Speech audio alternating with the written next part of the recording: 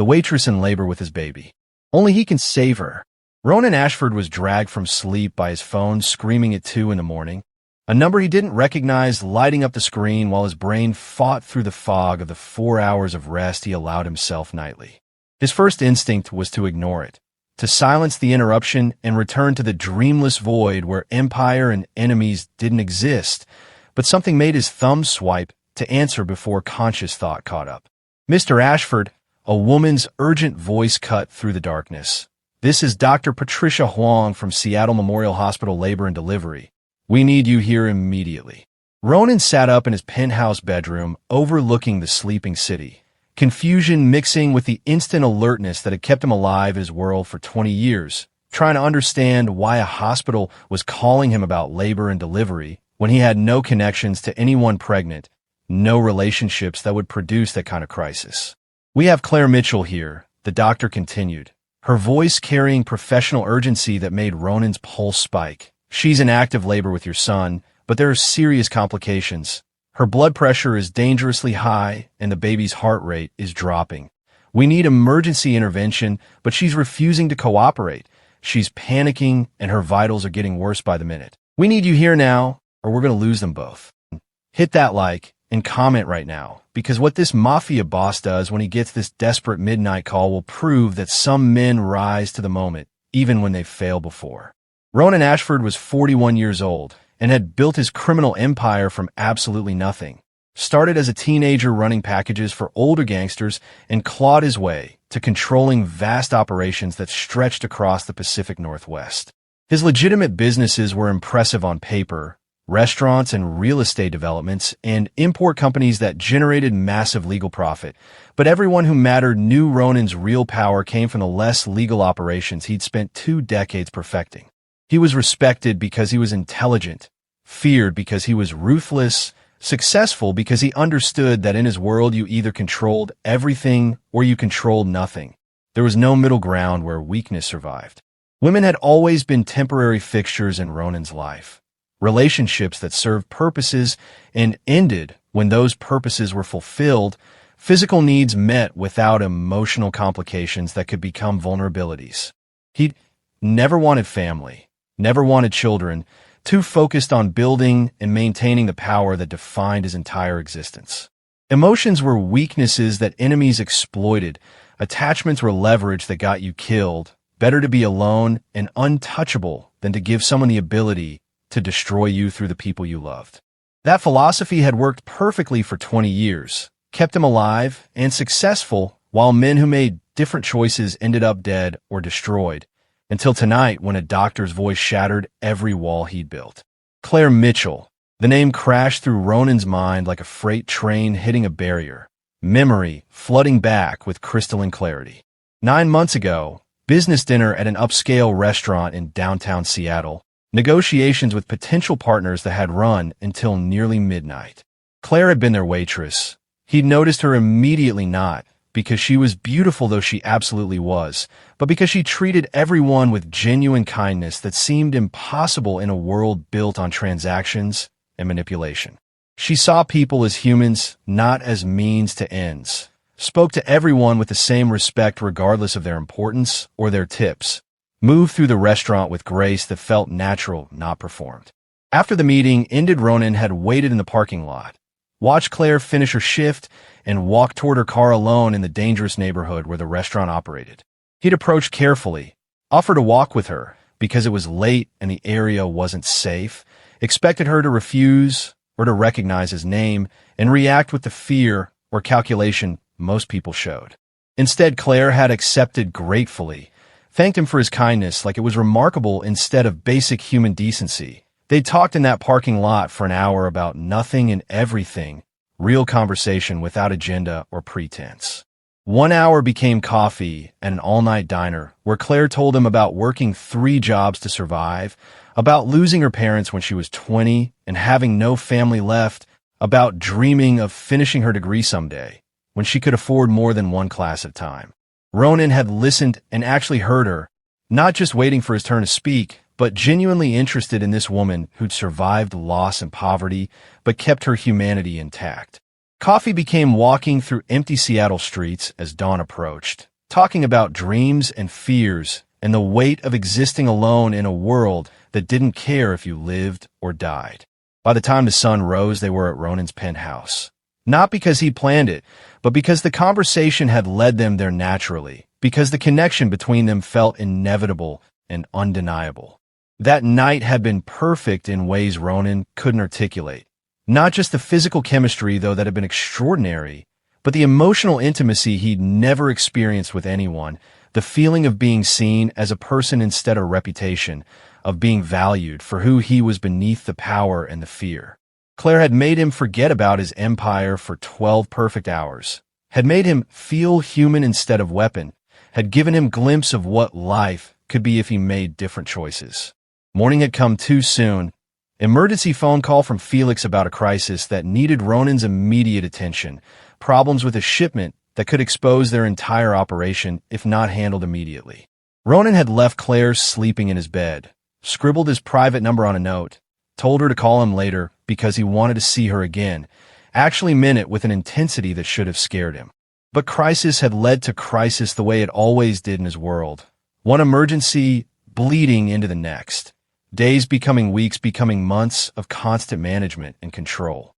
Somewhere in that chaos, Ronan had forgotten to follow up with Claire, forgotten to call or text or check if she was okay, forgot about her entirely because his empire demanded everything and left no room for personal connections. Now Dr. Huang's voice was pulling him back to the present, explaining that Claire Mitchell was in labor with his son, that complications were threatening both their lives, that they needed him at the hospital immediately. Ronan's brain was trying to process the impossibility. Claire had been pregnant for 9 months carrying his child, and he'd known nothing about it, had forgotten she existed while she'd handled everything alone. She's been pregnant this whole time, Ronan heard himself saying, his voice hollow with shock, and I'm just hearing about it now. Why didn't she tell me? That's what I'm trying to explain. Dr. Huang replied with professional patience, strained by urgency. Ms. Mitchell tried to reach you months ago, multiple calls to your office that were never returned, messages left with your assistant that apparently never got through to you. Memory hit Ronan like a physical blow, vague recollection of his assistant mentioning calls from some woman asking to speak with him personally, calls from unknown numbers that his security protocols automatically screened out. He'd told his assistant to block the number, assumed it was a scheme or a trap or one of the many women who tried to use brief encounters to gain access to his wealth and power. Standard procedure in his world, protect the boss from gold diggers and manipulators, never considering that maybe someone had legitimate, desperate reason to reach him. Claire had been trying to tell him about their baby, trying to give him the chance to be involved, trying to reach out for help, and he'd blocked her completely, dismissed her as unimportant, left her to handle pregnancy alone because he was too busy and too important to be bothered. The guilt hit harder than any bullet Ronan had ever taken. The realization that his protection systems had worked too perfectly had blocked out the one person who'd needed to reach him most. Where is she now? Ronan demanded, already moving toward his closet, pulling on clothes with hands that shook slightly from adrenaline and shock. Labor and delivery room 3, Dr. Huang said, but Mr. Ashford, you need to understand the severity. Ms. Mitchell has preeclampsia. Her blood pressure is at stroke level. The baby's heart rate keeps dropping dangerously low. We need to do emergency C-section immediately, but she's refusing to cooperate. She's panicking and making everything worse. She keeps saying she needs to do this alone, that she promised herself she wouldn't call you, but her body is shutting down and we're running out of time. How much time do I have? Ronan asked, his voice going cold and controlled the way it did in crisis situations, the tone that had made enemies surrender and allies follow without question. Maybe 20 minutes before we have to operate regardless of her cooperation, Dr. Huang replied. But her panic is elevating her blood pressure further. Every minute increases the risk of stroke or seizure. We need you here to calm her down, to help her understand that surgery is necessary. Please, Mr. Ashford, your son needs you here. The words hit Ronan in the chest like a sledgehammer. Your son, not just a baby, but his son, his child, his responsibility that he'd abandoned through negligence and arrogance. He was calling Felix before conscious thought, his second-in-command answering on the first ring despite the impossible hour. Boss, what's wrong? Felix's voice instantly alert because Ronan never called like this unless someone was dying. "I need the car now," Ronan said, not explaining, not having time for details. Seattle Memorial Hospital, fastest route possible. The drive through empty Seattle streets felt simultaneously too fast and agonizingly slow. Ronan's mind spinning through implications and consequences and the crushing weight of his failure. Claire had tried to reach him, had made multiple attempts to tell him about their baby, had been desperate enough to call repeatedly despite his reputation, despite knowing what kind of man he was, despite every reason to be terrified of involving him in her life. She'd wanted to tell him, wanted to give him the choice to be involved, wanted help that he'd refused through indifference and neglect. Now she was dying, delivering his child, panicking alone in a hospital room because she'd promised herself she wouldn't call him, wouldn't rely on a man who'd forgotten she existed, wouldn't give him the chance to reject her again. Ronan's hands clenched into fists, rage and fear mixing dangerously, angry at Claire for not trying harder, even though he knew that was unfair, angry at himself for not remembering, angry at the universe for this impossible timing. But beneath the anger was terror, genuine fear he hadn't felt in years, the kind that came from being completely powerless to control outcomes. What if they died? What if he lost them both before ever knowing them? What if his negligence killed his own child? What if the last thing Claire knew was that the father of her baby couldn't be bothered to return her calls? The car screeched into the hospital emergency entrance, Ronan out before it fully stopped, his security team following but unable to keep pace with his sprint through automatic doors. Labor and delivery where, he demanded of the stunned nurse at the information desk, his voice carrying authority that made her respond without thinking. "Third floor, elevator to your right. Room 3. She called after him, but Ronan was already moving. The elevator was too slow. He took the stairs 2 at a time, burst through the door to the maternity ward breathing hard, looking for someone to direct him. Dr. Huang appeared as if summoned, relief flooding her face when she saw him. "Thank God you're here," she said, grabbing his arm and pulling him down the hallway. "She's getting worse. We have maybe 5 minutes before this becomes life or death. This way, quickly." They stopped outside room 3. Ronan could hear screaming through the door, Claire's voice raw with pain and panic and desperation. "I can do this alone," she was shouting. "I don't need him. I promised myself I wouldn't call him. I can handle this myself." Dr. Huang looked at Ronan with desperate urgency. "She's been saying that for an hour, refusing to let us help properly. Her body is breaking down. The baby's in severe distress. You need to get through to her now, or we're going to lose them both." Ronan took a breath, steadied himself, pushed open the door to find Claire in the hospital bed, surrounded by machines and monitors, all beeping urgent warnings. She looked different from 9 months ago, exhausted and pale, and so much thinner except for the massive belly that held their child. Her face was twisted with pain and fear and something that looked like broken determination. Her eyes found him in the doorway, shock and anger and relief washing across her features in rapid succession, tears streaming down her cheeks as another contraction hit and made her scream. "You came," she gasped when she could breathe again, her voice breaking with disbelief and something that might have been hope. "You actually came. I thought I didn't think you would." Ronan crossed to her bedside in 3 strides, took her hand without asking permission, felt her grip him with surprising strength. "Claire, I'm here," he said, his voice gentler than he'd known it could be. "I'm so sorry for everything, for not calling back, for not being there, for all of it, but I'm here now." Claire was crying harder, contractions coming faster, machines screaming warnings that made nurses rush around adjusting things. "I tried to tell you," she sobbed, "called so many times, left messages. You blocked me, thought you didn't want us, thought I had to do this alone." The accusation hit Ronan like he deserved, guilt crushing his chest until breathing hurt. "I didn't know," he said desperately. "I swear I never got your messages. My assistant screens everything. I didn't know you were pregnant, didn't know you were trying to reach me if I had known." Another contraction cut him off, Claire screaming, monitors going absolutely crazy, Dr. Huang's voice cutting through the chaos.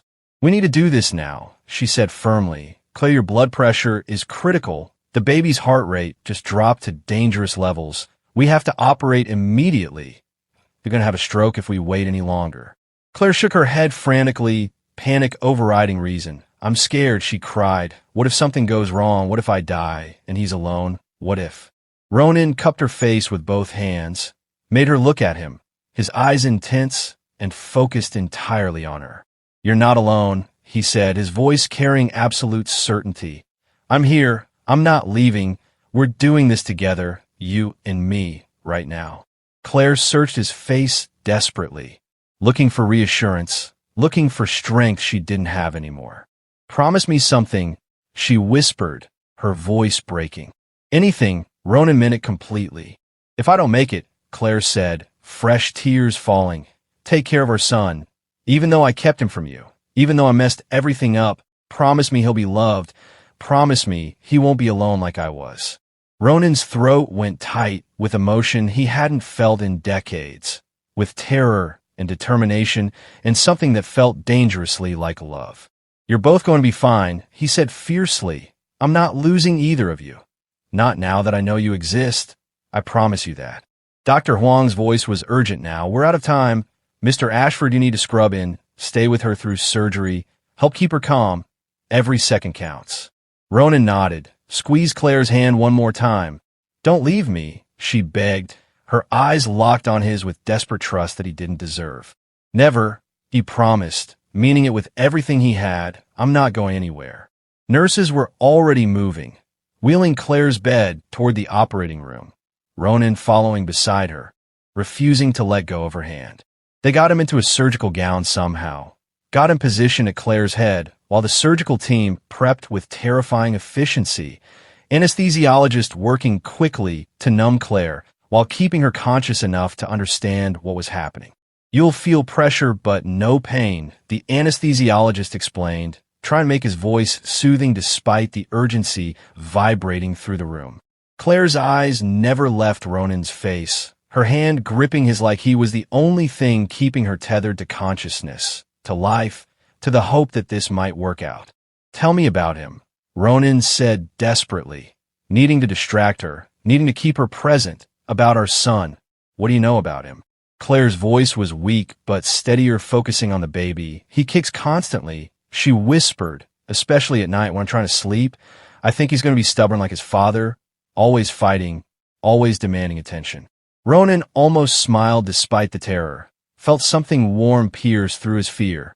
You named him, he asked. Thought about it, Claire admitted, but I wanted to wait, in case you ever came back, in case you wanted to say, saved all the decisions for you, even though I thought I'd never see you again. The admission destroyed something in Ronan's chest, rebuilt it differently. She'd waited 9 months hoping he'd return, hoping he'd care, while he'd forgotten she existed and built his empire higher. I'm here now, he said fiercely, leaning close so only she could hear, and I'm staying. We'll name him together. We'll do everything together. I swear it. Dr. Huang's voice cut through the moment, making first incision now, the words calm but carrying weight of life and death. Ronan kept his eyes on Claire's face, didn't watch the surgery, just focused on keeping her calm and present and alive. The next minutes felt like hours, surgical team working with coordinated precision, monitors beeping rhythm of 2 heartbeats, both struggling. Claire's grip on Ronan's hand tightening until his bones creaked, but he didn't complain, just held on and willed them both to survive. Then suddenly Dr. Huang's voice changed. I see him, she said. And then alarm, piercing and terrible. He's not breathing. Get NICU team in here now. We need resuscitation immediately. Claire tried to sit up, panic, overwhelming anesthesia. What's happening? What's wrong with my baby? Ronan held her shoulders gently but firmly, kept her from moving, from tearing stitches, from making everything worse. His heart hammering against his ribs as he watched doctors pull their son free, but silent. No crying, no movement, just terrible stillness. The NICU team swarmed, tiny body disappearing under their efficient hands, working on impossibly small chest, breathing for him, fighting for him, while Ronan and Claire watched helplessly. Please, Claire was sobbing, please let him be okay. Please don't let him die, please. Ronan had no words, no comfort, just held her and prayed to a God he didn't believe in, bargained with forces he didn't acknowledge. promised anything and everything if their son would just breathe, just cry, just live. 30 seconds felt like eternity. The room holding collective breath, everyone watching the NICU team work with desperate hope. Then finally, mercifully, a sound, small and weak, but unmistakably there, a cry that transformed the room from crisis to cautious celebration. "He's breathing," someone said. "Vitals stabilizing, he's going to be okay." Claire collapsed in relief. Ronan holding her up, both of them crying, both of them destroyed and rebuilt by that tiny cry. Dr. Huang's voice carried relief and exhaustion. "He's small, but he's a fighter. Congratulations, you have a son."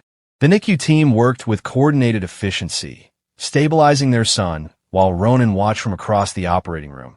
Unable to move from Claire's side, but desperate to see the baby they'd almost lost. "He's 5 pounds even," one of the nurses announced, "small for full term, but his lungs are strong, APGAR scores improving rapidly. He's a fighter." Ronan felt something crack open in his chest. Emotions he'd spent 20 years suppressing, flooding through barriers he'd built to keep himself untouchable. This tiny person he'd known about for less than an hour was already rearranging his entire existence. Dr. Huang was finishing the surgery, closing incisions with practiced precision, her voice calm now that the immediate crisis had passed. "Ms. Mitchell, you did beautifully," she said. "Both of you are going to be fine. You need rest and recovery, but the worst is over." Claire's eyes were fixed on a corner where NICU team surrounded their son, tears streaming down her face. "Can I see him? Please, I need to see him. Need to know he's real." The head NICU nurse approached carrying a bundle wrapped in hospital blankets, her smile genuine and warm. "Just for a moment before we take him for observation," she said, settling the baby carefully against Claire's chest. "Skin-to-skin contact is important, even if brief."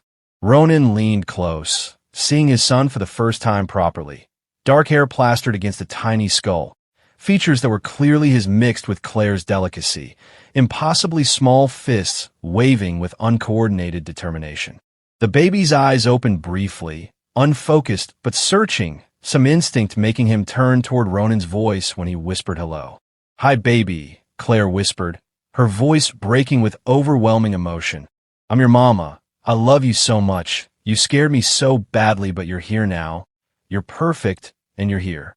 Ronan watched them together, his family that he'd known nothing about until tonight, feeling the weight of 9 months of Claire's solitary struggle, 9 months of her carrying this child alone, while he'd been too important to return her calls. The nurse's voice was gentle but firm. "I need to take him now. He needs monitoring in the NICU for a few hours, standard procedure for babies who had trouble breathing, but he's strong and healthy. You can see him again soon." Claire's hands clung to the baby for just a moment longer before releasing him, watching the nurse carry their son away with expression of pure anguish. Ronan took her hand, squeezed gently. "He's okay. They're just being careful. We'll see him again soon." Claire turned to look at him fully for the first time since he'd arrived, really seeing him now that the immediate crisis had passed. "We need to name him," she said, her voice exhausted but determined. "Before I fall asleep, before anything else happens, he needs a name." Ronan thought about it, about new beginnings and second chances, about this child who'd survived against odds. "What about Jackson?" he suggested, his voice quiet. "It means son of Jack. It means new beginning," felt appropriate for what this is. Claire's eyes filled with fresh tears, but she was smiling. "Jackson," she repeated, testing the name. "Jackson Ashford. It's perfect. He's perfect." Her eyes were closing now, exhaustion and medication finally winning. Ronan watching her fight to stay conscious even though her body desperately needed rest. "Sleep," he said gently. "I'll be here when you wake up. I'm not going anywhere." "Stay," Claire mumbled, her hand tightening weakly on his. "Promise you'll stay." "I promise," Ronan said, and meant it with an intensity that should have terrified him. "I'm not leaving either of you ever again." Claire's breathing evened out into sleep, nurses moving her to recovery while Ronan followed, refusing to let her out of his sight. The recovery room was quiet, just Claire and 2 other sleeping patients, monitors beeping steady reassurance that everyone was stable. Ronan settled into the uncomfortable chair beside Claire's bed, his hand still holding hers, his mind trying to process everything that had happened in the past 2 hours. He'd gone from sleeping peacefully to being a father, from complete ignorance to crushing responsibility, from alone to having family he hadn't known he wanted. Felix appeared in the doorway, his expression carefully neutral but curiosity obvious in his eyes. "Boss, everything okay? You left in a hurry." Ronan looked at his second-in-command, the man who'd helped him build everything, who knew his secrets and his methods, who'd never seen him show weakness or attachment to anything except power. "I have a son," Ronan said, the words feeling surreal leaving his mouth, Felix's eyes widening with genuine shock. "The waitress from 9 months ago," Ronan continued. "She was pregnant, tried to tell me. I blocked her calls. Now she just almost died delivering our baby, and I had no idea any of this was happening." Felix processed this information with a strategic mind that made him valuable, implications clicking into place behind his careful expression. "What do you need?" he asked, understanding that Ronan's world had just fundamentally changed. "What can I do?" Ronan thought about it, about what Claire and Jackson would need, about the life they'd been living while he'd forgotten they existed. "Find out everything about Claire Mitchell," he said quietly, "where she's been living, what she's been doing, how she's been surviving. I need to know what the past 9 months looked like for her." Felix nodded, already pulling out his phone to make it happen. "Anything else?" "Clear my schedule for the next week," Ronan continued. "Cancel everything that isn't absolutely critical. I'm staying here until they're both stable, until I know they're okay." Felix's expression showed surprise, because Ronan never cleared his schedule, never put anything above the Empire, but he just nodded. "Consider it done. I'll handle everything. You focus on your family." The word family hit Ronan strange and new, concept he'd never applied to himself before. But looking at Claire sleeping and knowing Jackson was somewhere in this building fighting to be healthy, it felt accurate despite the impossibility. Hours passed in that recovery room, Ronan refusing to leave despite nurses suggesting he could go home and rest, could come back in the morning when Claire would be more alert. He ignored them all, kept his vigil beside her bed, watching her breathe and thinking about how close he'd come to losing her without ever knowing. Felix returned with information, his expression troubled in ways that made Ronan's stomach tighten. "Talk," he demanded. "Tell me everything." Felix sat in the other chair, pulled up documents on his tablet, started reading with clinical detachment that couldn't hide the grimness of the story. Claire Mitchell, 26 years old, parents died in car accident when she was 20, no other family, no support system. She's been working at 3 different restaurants, picking up shifts whenever possible, living in a 1-bedroom apartment in a neighborhood where gunshots are normal background noise. Ronan's jaw clenched, but he stayed silent. Let Felix continue. "Bank records show she's been barely surviving. Every dollar going to rent and food, no savings, no insurance until the pregnancy. Then she qualified for state assistance. Medical records show she had her first prenatal appointment at a free clinic at 8 weeks, regular checkups after that, all documented warnings about high blood pressure and preeclampsia risk. The doctors told her she needed to reduce stress," Felix said, looking up from the tablet. "Told her she was working too much, needed help and support. She kept working 3 jobs until she went into labor tonight, collapsed during her shift at the restaurant. Coworkers called the ambulance." Ronan felt sick, physically ill, imagining Claire working herself to exhaustion while pregnant, struggling alone through every difficulty, handling everything by herself because he'd been too important to return her calls. "What about attempts to contact me?" he asked, his voice tight. "Tell me exactly what happened." Felix pulled up phone records, showed Ronan the timeline. "First call to your office 12 weeks into pregnancy. She left a message with your assistant asking you to call back. Said it was personal and important.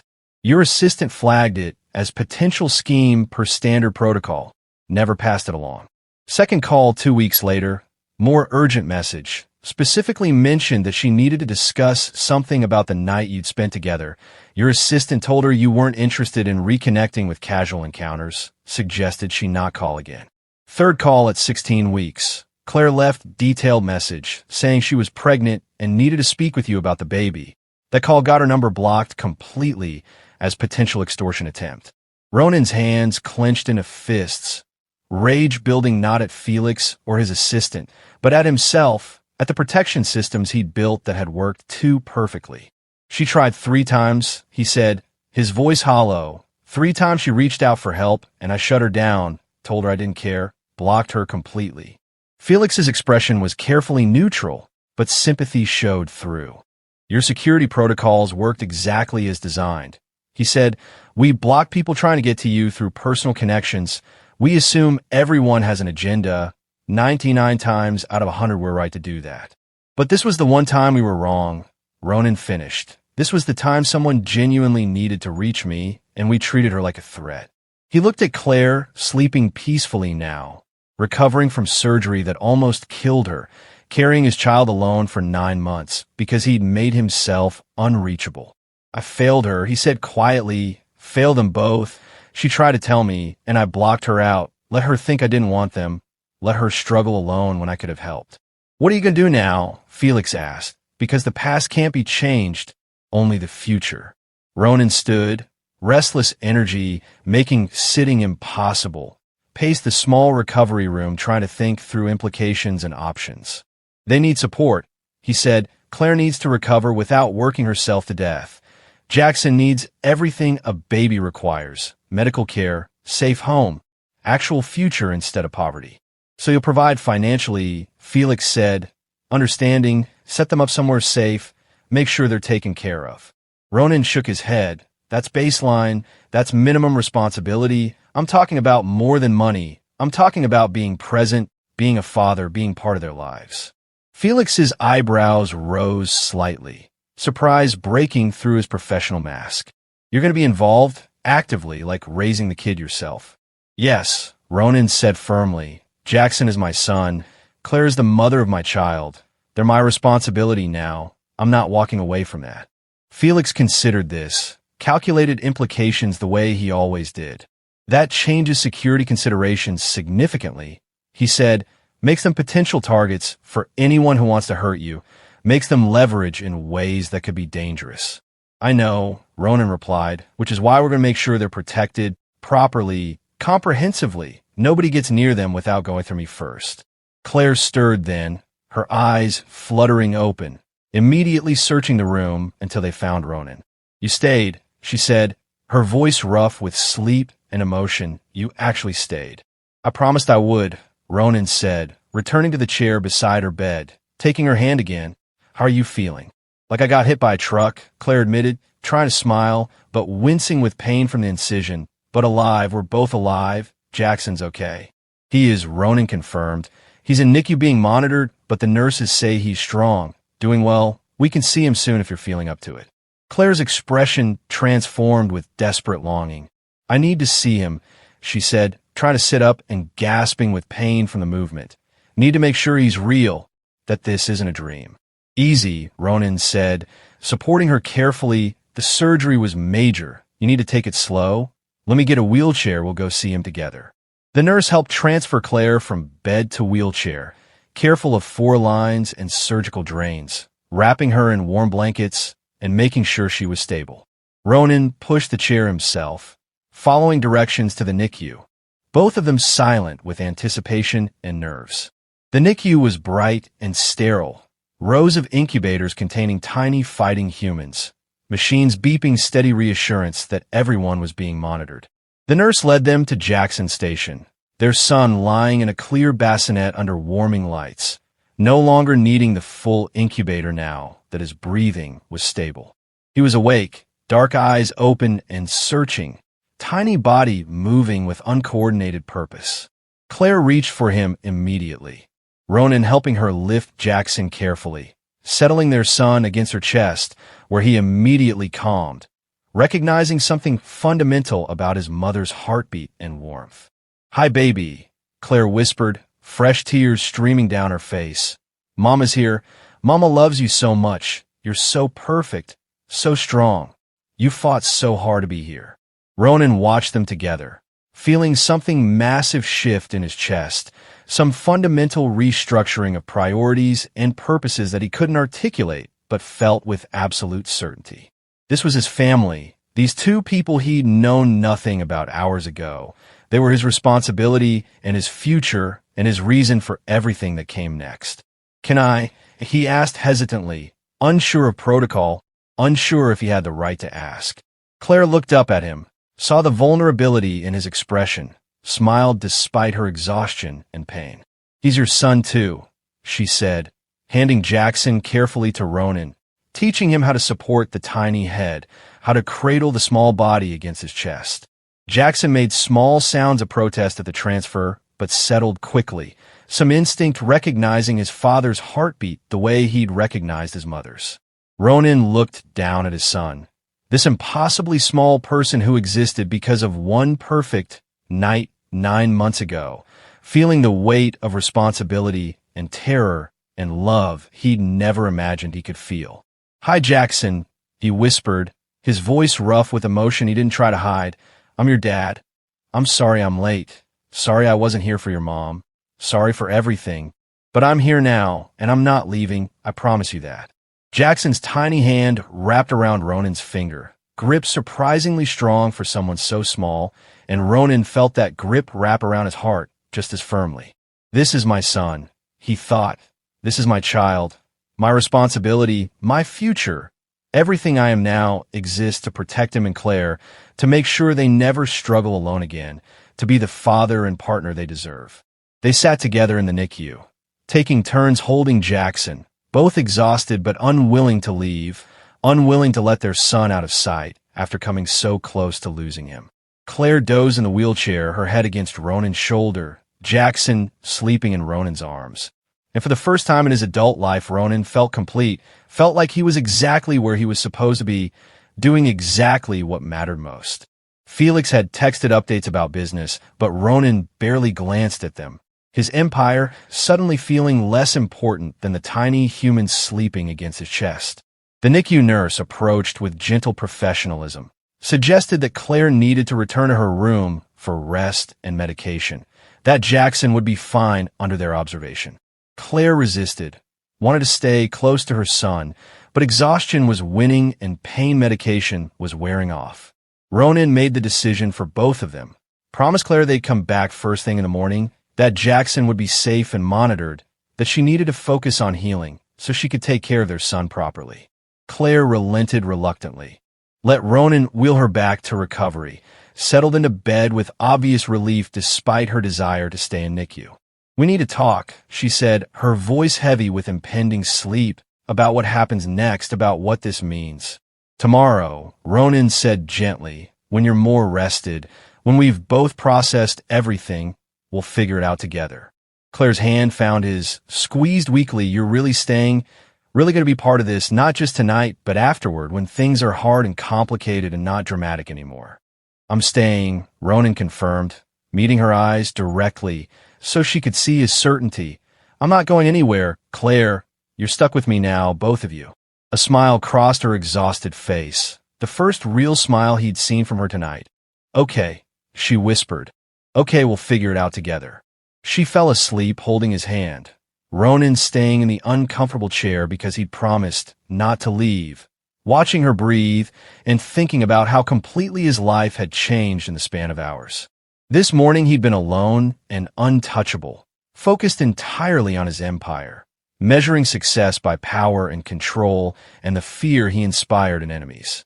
Tonight he was a father, partner to a woman he barely knew but felt connected to in fundamental ways, responsible for 2 lives that depended on him for more than just money or protection. His phone buzzed with messages from his organization, problems that needed his attention, decisions only he could make, but for the first time in 20 years Ronan ignored them, let his empire wait while he sat beside Claire's bed and made silent promises about the kind of father he'd become, the kind of partner he'd try to be, the kind of man Jackson and Claire deserved. 3 days passed in the hospital before doctors cleared Claire and Jackson for discharge. 3 days of Ronan learning to be a father through trial and error. 3 days of watching Claire recover, while guilt and determination warred in his chest. The nurses taught him everything with patience that surprised him, how to change diapers on someone impossibly small, how to hold Jackson during feeding without supporting his head wrong, how to read the different cries that meant hungry versus tired versus uncomfortable. Ronan absorbed it all like he was learning new territory in his empire, taking mental notes and asking questions until he understood completely, determined to be competent at this even though everything about it terrified him. Claire watched from her hospital bed as Ronan transformed from dangerous criminal boss to awkward new father, saw him handle their son with gentleness that contradicted everything his reputation suggested. "You're good at this," she said on the second day, watching Ronan Burke Jackson with careful precision, "better than I expected considering you just found out he existed." "I'm learning," Ronan replied, his focus entirely on Jackson, "trying to understand what I missed, what you handled alone for 9 months. Feels like I need to catch up fast." "You don't have to catch up in 3 days," Claire said, her voice gentle but tired. "This isn't a competition. There's no deadline for becoming a perfect father."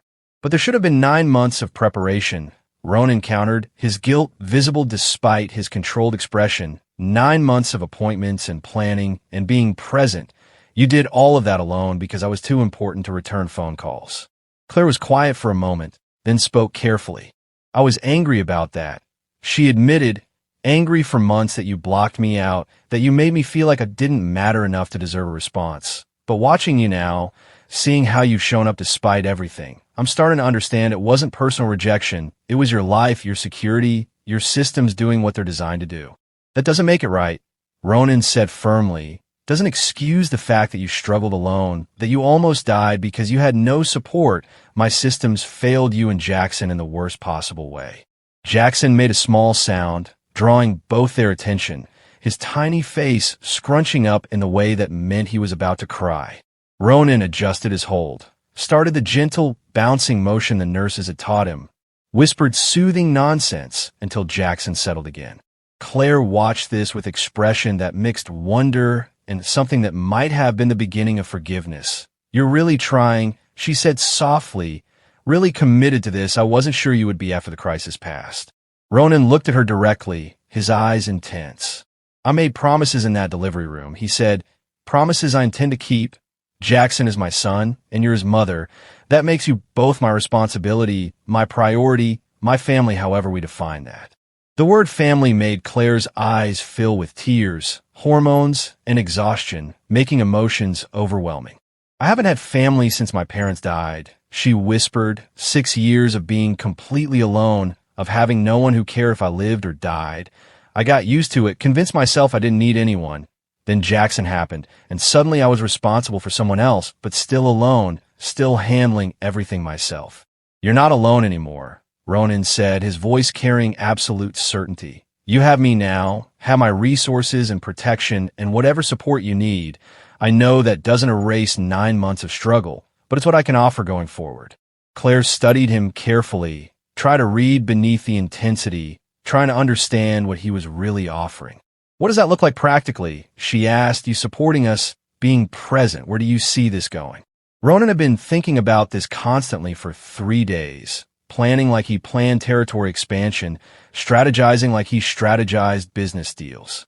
"I bought a house," he said, watching her face for reaction. "Gated community with security, safe neighborhood, proper space for Jackson to grow up." Claire's eyes widened, shock replacing wariness.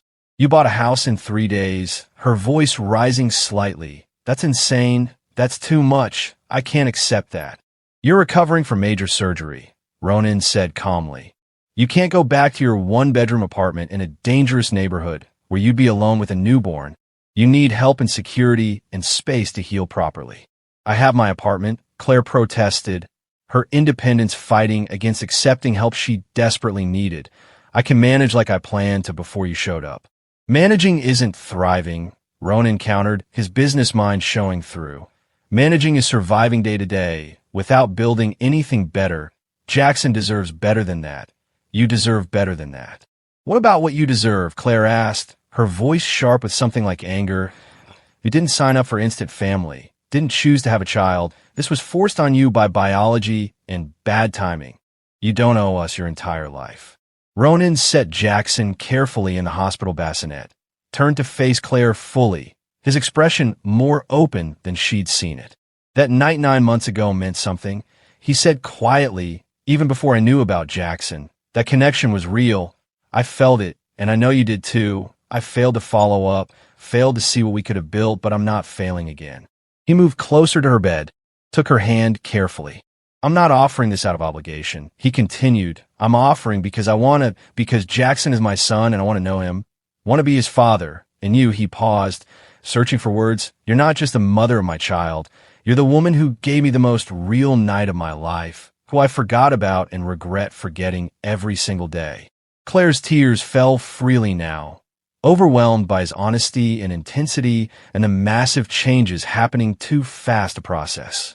I'm scared, she admitted, scared of depending on you and having you leave when this gets hard, scared of Jackson getting attached and losing you, scared of letting myself believe this is real.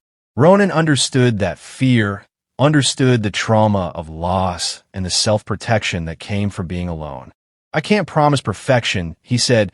Can't promise I won't make mistakes because I definitely will. This is all new to me. I don't know how to be a father or a partner or anything except the person I've been building for 20 years. But I promise to show up, to try, to not disappear when things get complicated. The conversation was interrupted by nurses bringing medication and checking vitals, by doctors explaining discharge procedures and post-surgery care instructions. Ronan absorbed everything, asked questions about warning signs and follow-up appointments, made sure he understood exactly what Claire would need during recovery. The house is ready, he said when they had privacy again, fully furnished, nursery equipped, staffed to help with whatever you need during recovery. All you have to do is say yes. Claire looked at Jackson sleeping peacefully in his bassinet, looked at Ronan's intense expression, made the decision that terrified and relieved her equally. Okay, she said quietly, but this is temporary trial, not permanent commitment. We take this slow, figure out what we are before making it permanent. Agreed, Ronan said, relief flooding through him. We build this together, no pressure, no expectations beyond taking care of Jackson and giving you space to heal. The next day, they left the hospital as a family.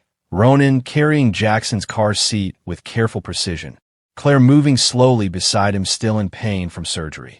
His car waited at the entrance, driver and security present, but giving them space, the car seat installed perfectly because Ronan had made sure of it. The drive to the house was quiet, Claire looking out the window at neighborhoods she'd never been able to afford, wondering what her life was becoming. The house was beautiful and overwhelming, exactly like Ronan had described, gated community with security gates and guards who nodded respectfully at their arrival. Inside was even more perfect, decorated with taste that Claire never would have associated with a criminal boss. Everything coordinated and welcoming. The nursery made her cry, painted in soft colors with quality furniture and every item a baby could possibly need. The crib position where morning light would fall gently, rocking chair by the window for night feedings. This is too much, Claire whispered, looking around at the perfection. I don't deserve this. Ronan set Jackson's car seat down carefully, turned to face Claire with intensity that made her breath catch. You deserve everything, he said firmly. You carry my son alone for 9 months, worked 3 jobs while pregnant, survived complications that almost killed you. You deserve everything good I can possibly provide. The master bedroom was connected to the nursery through a door that could stay open for easy access during night wakings, huge bed with soft linens, bathroom with deep tub that Claire stared at longingly. When was the last time you took a real bath? Ronan asked, watching her face. Can't remember, Claire admitted. My apartment only had a shower, and that broke half the time. There's a nurse on staff for the first few weeks, Ronan explained. Showed her the guest room where a kind-faced woman named Patricia was already unpacking. She'll help with Jackson, with your recovery, with whatever you need so you can focus on healing. Claire met Patricia, who smiled warmly and immediately started explaining her background in postpartum care, her experience with newborns, her approach to helping without taking over. I'm here to support you, Patricia said gently. Not to replace you. You're the mother. I'm just extra hands and knowledge when you need it. The first week in the house was adjustment and learning. Claire's body healing slowly, while Patricia helped with the overnight feedings that surgery made difficult. Ronan was there every morning by 6, taking over so Claire could sleep longer, learning Jackson's patterns and preferences, changing diapers and giving bottles, and walking their son around the house while talking to him about everything and nothing. Felix handled the empire with minimal interruption, Ronan working from the home office during Jackson's naps. But his focus had fundamentally shifted, business no longer consuming his every thought. Claire watched the transformation with cautious hope, saw Ronan become genuinely good at fatherhood despite never having example to follow, saw him patient with Jackson's crying and tireless during difficult nights, and completely devoted in ways that seemed impossible for someone with his reputation. "You're different here," she said one evening, watching him rock Jackson to sleep. "Different than I imagined you'd be. Different than your reputation suggests." Ronan looked up from their son, his expression thoughtful. "I'm different than I've ever been," he admitted. "Jackson changes everything. Makes me question priorities I thought were permanent. Makes me want to be better than the man I built myself into." "What kind of man did you build?" Claire asked, genuinely curious about the life he'd led before they collided. "The kind who values power over people," Ronan said honestly, "who uses fear as currency and violence as solution, who built empire on things I'm not proud of, things I can't undo but can choose not to continue."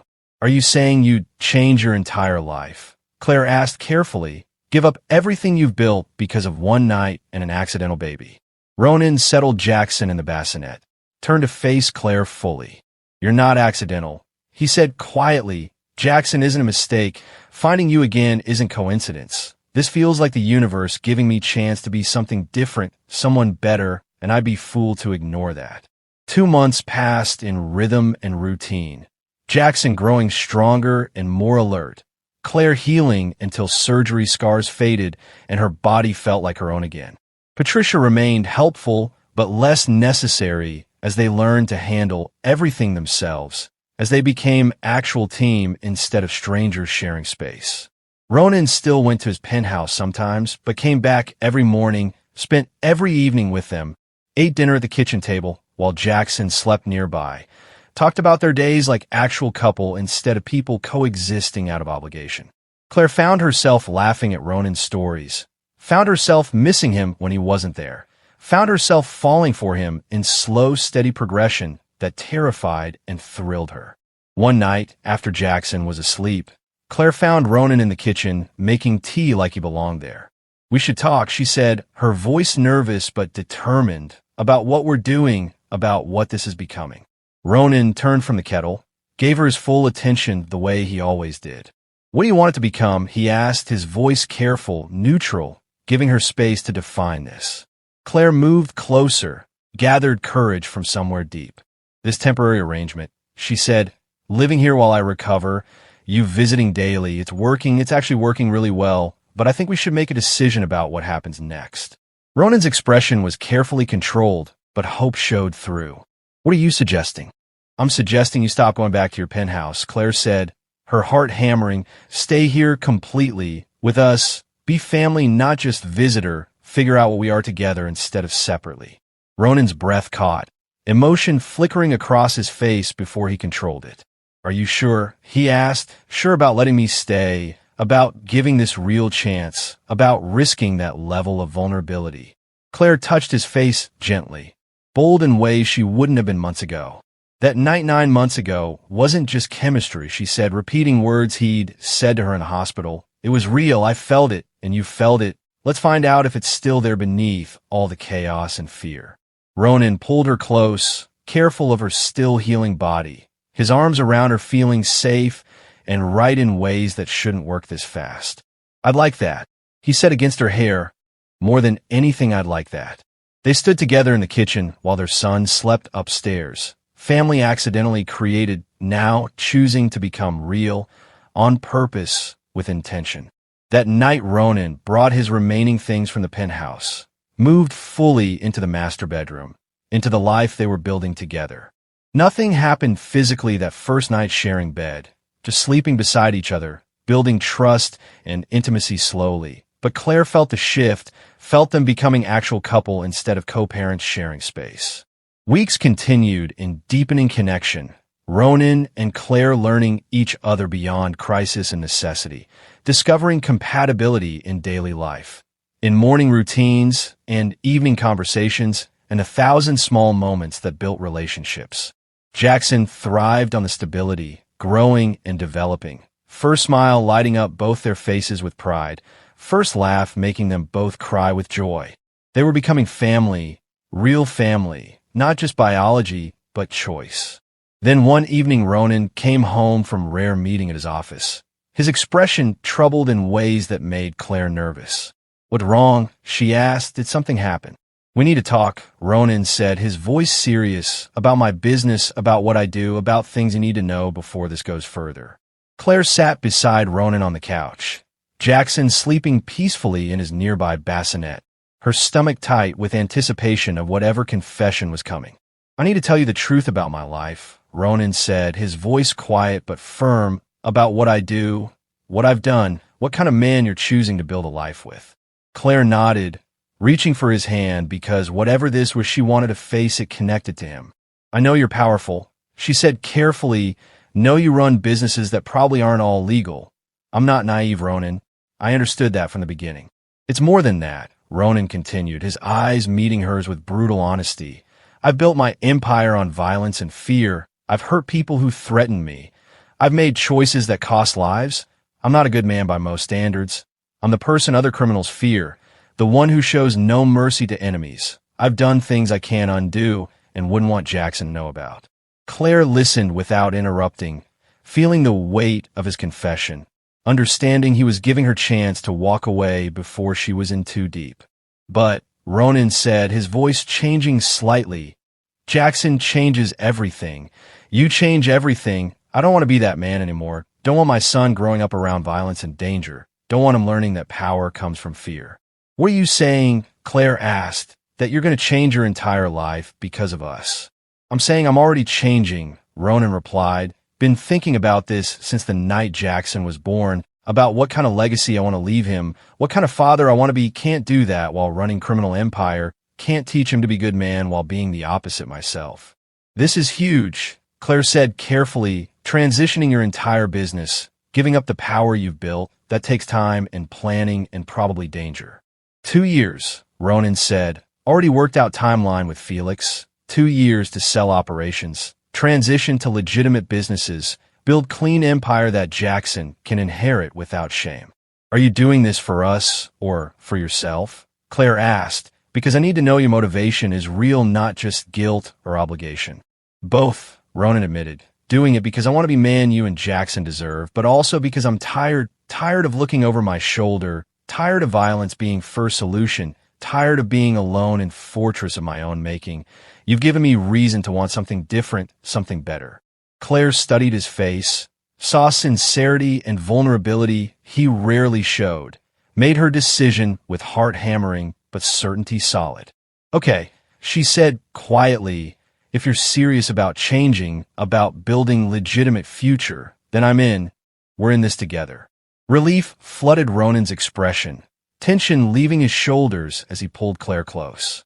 "Thank you," he whispered against her hair, "for trusting me, for giving me this chance, for believing I can be better."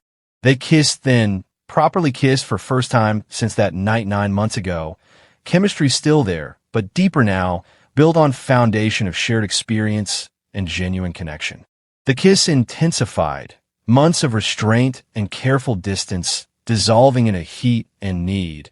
Ronan's hands gentle but desperate, Claire responding with equal intensity. They made love that night, with Jackson sleeping peacefully nearby, reclaiming what they'd had that first night, but building it into something more meaningful, something that acknowledged the family they'd created and were choosing to build. Afterwards, lying tangled together, Claire's head on Ronan's chest, listening to his heartbeat, she felt complete in ways she hadn't since her parents died. Felt like she had family again, people who belonged to her and she to them. "I love you," she whispered, the words escaping before she could stop them. Probably too soon to say it, but it's true. "I love you, Ronan." His arms tightened around her, his voice rough with emotion when he replied. "I love you too. Have loved you since that first night, even when I forgot you. Loved you more watching you be strong for Jackson. Loved you most for giving me a chance to be part of this. You and Jackson are everything to me now." The transition Ronan planned took exactly 2 years like he'd predicted, 2 years of careful maneuvering and strategic sales, 2 years of converting criminal operations into legitimate businesses, 2 years of building clean empire while raising Jackson together. Claire watched him transform from dangerous criminal boss into legitimate businessman, saw him make hard choices and sacrifice power for family, saw him become the man he wanted to be instead of the man circumstances had made him. She enrolled in school, finished her degree with Ronan's support and encouragement, discovered she had talent for business management that Ronan immediately utilized in his legitimate operations. They became partners in every sense, Claire handling aspects of the business she understood, Ronan valuing her insight and intelligence, building empire together that was clean and sustainable and something Jackson could inherit proudly. Felix remained loyal through the transition, respected Ronan's choices even when they cost profit, understood that family had become more valuable than power. The organization that had been built on fear transformed into a legitimate corporation that operated legally and ethically. Ronan's reputation shifting from dangerous criminal to respected businessman who'd turned his life around. Jackson grew into a healthy, happy toddler. First steps celebrated by both parents. First words making them both cry with pride. His personality emerging as stubborn and determined and surprisingly gentle. He looked like Ronan, but had Claire's kindness, had his father's intelligence, but his mother's empathy. Perfect combination of them both. On Jackson's second birthday, they threw a party at the house. Small gathering of friends and Ronan's trusted associates who'd become legitimate employees. Celebration of how far they'd all come. Claire watched Ronan play with their son, watch him be patient and gentle and completely present, felt overwhelming gratitude that she'd made that desperate call 2 years ago. That evening after guests left and Jackson was asleep, Ronan found Claire in the kitchen cleaning up, wrapped his arms around her from behind. "I have something for you," he said, his voice carrying nervousness she rarely heard. Claire turned in his arms, saw him holding a small jewelry box, her breath catching because she knew what this was. 2 years ago, I got a call that changed my entire life," Ronan said, his eyes intense on hers, a desperate woman in labor with my son, calling because she had no other choice, trusting me despite every reason not to. That call gave me everything, gave me Jackson, gave me you, gave me reason to become a better man. You've been my partner through everything, Ronan continued, his voice thick with emotion. Through transition and change and building this life, you've raised Jackson with me, built business with me, loved me despite knowing exactly who I was and choosing to believe I could be different. He opened the box, revealing a ring that was simple and elegant and perfect. "Marry me, Claire, not because of Jackson, not because of obligation, but because I love you completely, because I can't imagine life without you, because you saved me in every way person can be saved." Claire was crying before he finished, nodding because words wouldn't come past the overwhelming emotion. Yes, she finally managed. Yes, absolutely yes, I'll marry you. Ronan slid the ring on her finger, kissed her deeply, both of them crying and laughing and holding each other like they'd never let go. They were married 3 months later in simple ceremony at the house, just close friends and family. Jackson, his ring bearer, toddling down makeshift aisle, making everyone laugh. Claire wore simple white dress, Ronan in suit that made him look less dangerous and more like the man he'd become. They exchanged vows they'd written themselves about second chances and showing up and building family from crisis. Felix stood as best man, gave toast about watching his boss transform from untouchable criminal to devoted father and husband, about how love had accomplished what nothing else could, making dangerous man choose vulnerability over power. Patricia attended with tears in her eyes, having watched them grow from strangers in a family, having helped them through those early difficult weeks. Claire's former co-workers from the restaurant came, shocked and happy to see her thriving, to see the waitress who'd barely survived become successful businesswoman married to man who clearly adored her. The reception was joy and celebration, dancing and laughter and toast to new beginnings. Jackson passed between guests who all loved him, happy chaos of family gathering. That night, after everyone left and Jackson was finally asleep, Ronan and Claire stood on their bedroom balcony looking at stars. "Can you believe this?" Claire asked, leaning against him. "2 years ago, I was alone and pregnant, working 3 jobs. Now I'm here married to you with beautiful son and actual future." "I almost didn't answer that call," Ronan admitted, his arms around her. "Almost let it go to voicemail. Would have lost everything if I had. You and Jackson and this entire life we've built." "But you did answer," Claire said, turning in his arms to face him.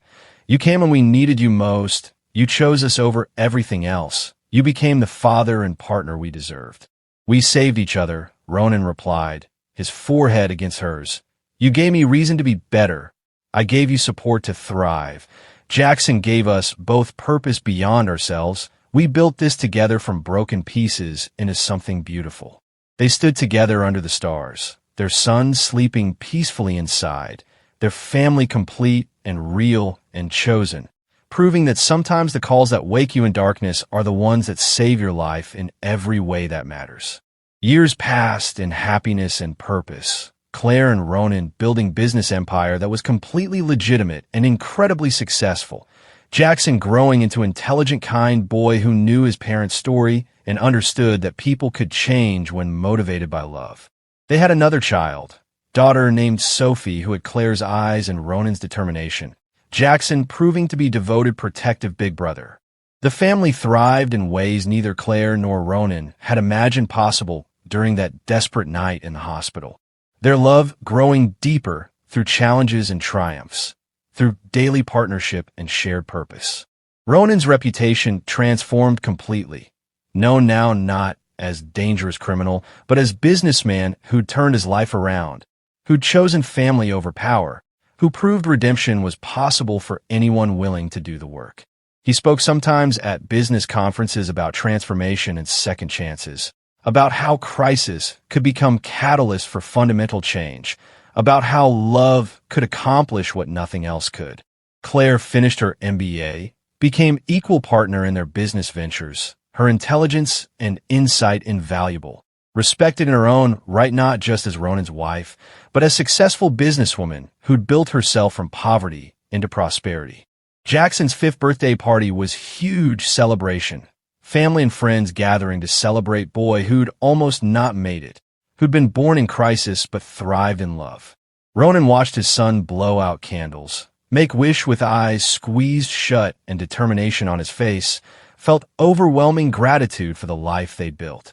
Claire found him, slid her hand into his, smiled at him with love that had only grown stronger. "What are you thinking?" she asked, watching him study their children. "About that night," Ronan admitted. "The call that changed everything, how close I came to not answering, to missing all of this, terrifies me how easily I could have lost you both." "But you didn't," Claire said firmly, squeezing his hand. "You answered, you came, you stayed, you chose us every single day since. That's what matters, not the what-ifs, but the reality we built." Jackson ran over then, chocolate cake on his face, threw himself at both parents with 5-year-old enthusiasm. "Best birthday ever," he declared. "Best family ever. I love you, Mama and Daddy." Ronan lifted his son, held him close, met Claire's eyes over Jackson's head. "Best family ever," he agreed, his voice thick with emotion. "Everything I never knew I needed, everything I'd give up anything to keep." That night after children were asleep and guests had gone home, Ronan and Claire sat on their bedroom balcony like they had on their wedding night. Comfortable silence between them. 5 years, Claire mused, 5 years since that desperate call, since I broke my promise to myself and asked for help. Best decision I ever made, even though I was terrified. "Best thing that ever happened to me," Ronan replied, pulling her close, "you calling, me answering, finding out about Jackson. All of it led to this, to family I never thought I deserved, to love I didn't know existed, to life that means something beyond power and control. We should tell Jackson the full story someday," Claire said thoughtfully, "when he's old enough to understand, about how Daddy almost didn't know he existed, about how Mama almost did everything alone, about how one phone call changed 3 lives completely." "We will," Ronan agreed. "Tell him about second chances and showing up and choosing love over pride, about how family can be built from crisis into something beautiful, about how answering when someone calls for help, can transform everything. They sat together under familiar stars, their children sleeping peacefully inside, their love tested and proven through years of partnership and purpose, their family complete and chosen and real. Claire thought about the alternate timeline sometimes, the one where she kept her desperate promise to herself, where she'd done everything alone, where Ronan never knew his son and Jackson never knew his father, where pride and hurt had destroyed what they could have. Grateful every single day that she'd been brave enough to make that call, that Ronan had been there enough to answer, that they'd both chosen vulnerability over protection, family over isolation, love over fear. The call had come at 2 in the morning in crisis and desperation, but had saved 3 lives in ways that mattered more than survival, had created family where there was loneliness, had built love where there was emptiness, had transformed 3 broken people into something whole and beautiful together. Ronan held his wife under the stars, thought about the man he'd been 5 years ago, alone and powerful and empty without knowing it, thought about how close he'd come to missing everything that mattered. That 2 a.m. call had woken him from more than just sleep, had woken him from life lived without real purpose, without genuine connection, without love that demanded vulnerability and offered everything in return. He'd answered because something made him, instinct or fate or universe giving him one chance to get it right. And answering had given him everything, family and love and reason to be a better man than he'd ever imagined becoming. Jackson and Sophie asleep inside, Claire in his arms, legitimate business built on ethics instead of fear, life that had meaning beyond power and control, all of it traced back to one desperate call in darkness, one decision to answer, one choice to show up when needed most. Ronan understood now that real strength wasn't violence or intimidation or the fear he inspired in enemies. Real strength was vulnerability, showing up even when terrified, choosing love even when it meant risk, building family even when easier to stay alone. That 2 a.m. call had taught him everything that mattered, had given him everything he'd never known he needed, had transformed him from a man who controlled everything in a man who understood that some things were worth surrendering control for. Claire and Ronan sat together as the night deepened, their children safe inside, their love solid and real and tested by time, their family chosen and built and maintained through daily choice to show up, to try, to love despite fear. 5 years since that desperate midnight call, 5 years of transformation and growth, 5 years of proving that crisis could become catalyst, that failure could become foundation, that love could accomplish what nothing else could. The call that had woken Ronan from sleep had woken him to life worth living, to family worth everything, to love that transformed not just circumstances but souls, and neither of them would ever regret that Claire had been brave enough to call or that Ronan had been wise enough to answer. If this story of second chances and showing up when it matters moved you, then smile, because we're creating more powerful stories about people who answer the call even when they've failed before. Comment below what you would have done if you got that desperate midnight call from someone you've forgotten. Share this with someone who needs to know that it's never too late to show up and make things right. Every view helps us spread the message that real love means choosing to be present even when it's hard, and that one moment of answering can change everything forever. Drop that like immediately. Of people who believe in second chances and transformation through love. You won't regret it, because these stories prove that the calls that wake us in darkness are often the ones